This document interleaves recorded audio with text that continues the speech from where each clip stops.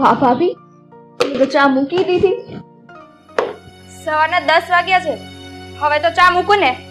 અને મહારાણી હવે ગયા તૈયાર થઈને.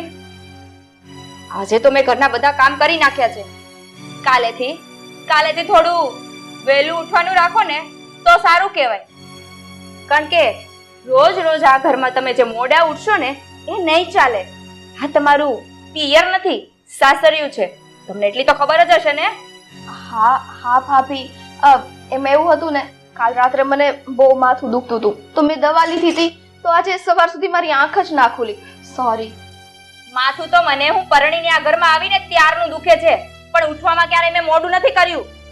એકવાર કીધું ને કે આ સાસરિયું છે, સાસરિયામાં કઈ રીતે રહેવું એ તમારા મમ્મી પપ્પાએ શીખવ્યું જ હશે ને, કે નથી શીખવ્યું? બસો ભાભી, આ તમે બોલવામાં થોડીક મર્યાદા રાખો.